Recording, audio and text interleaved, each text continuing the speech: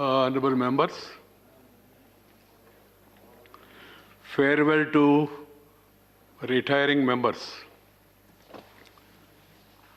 Honorable members, today we bid farewell to 4 of our colleagues from the Union Territory of Jammu and Kashmir, namely Mir Mohammad Fayaz and Sri Samsher Singh Manhas, who are retiring on 10th of February, and Sri Ghulam Nabi Azad and Sri Nazir Ahmad Lave, who will be retiring on 15th February 2021. Honorable members, retirement from this august house only means taking leave from the house, and it only marks a new beginning in the service of our people, of their respective areas as well as the country. As such, retirement is only a comma, not a break in the chosen path of serving the nation, or a full stop even. The life after retirement from this august house offers immense opportunities to fulfill the mission of serving the country. I am sure the retiring members are leaving the house with a sense of fulfillment and contentment, having discharged their responsibilities to the best of their abilities and conviction. We bid a farewell to the leader of the opposition, Sri Ghulam Nabi Azad ji, with a heavy heart. He has been a voice of sanity in the nation's public life for the last few decades, having made significant contribution both in the government and in the opposition. He has served as a member of this august house for as many as 28 years and one of the veterans of this house.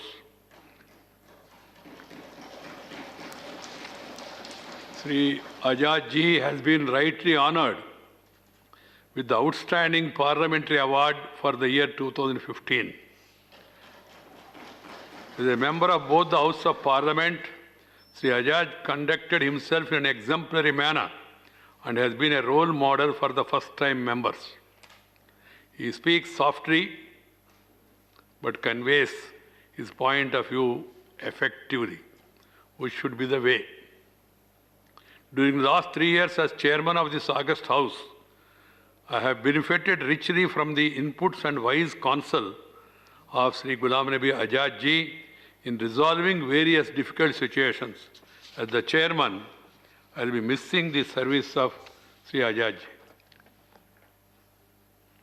Mir Mohammad Fayaz, Sri Samsher Singh Manhas and Sri Nazir Ahmad Lave has also contributed to the deliberation of this house by raising issues of regional and national importance from time to time as members of various parliamentary committees, and also used to take opportunities as and when they are given to contribute to the debates about their respective states.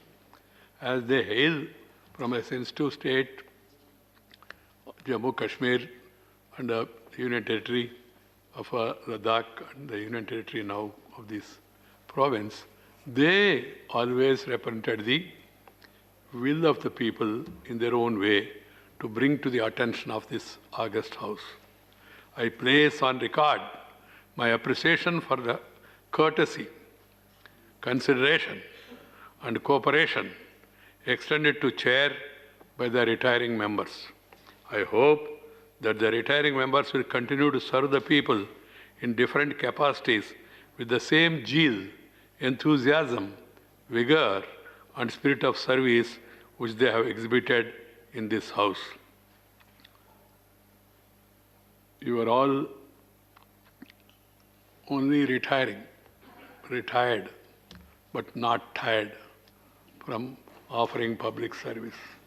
So please continue your services and in a manner that will really impress upon the people and add dignity and decorum to the public life in our country. I'm sure, as I told you, I don't have more words to explain about the absence of Sri Ghulam Nabi Azad ji. Already we are deprived permanently of the service of two of our colleagues, Susri Mati Sushma Swaraj and Sri Arun Jaitley. God has been unkind to them. And now to temporarily miss Sri Ghulam Nabi Azad ji from this house will be definitely a painful for all of us. And I hope that these retiring members, including Ghulam Nabi ji, will be able to come back. And I wish all the retiring members good health, happiness, and many more years of service to the nation. The Honorable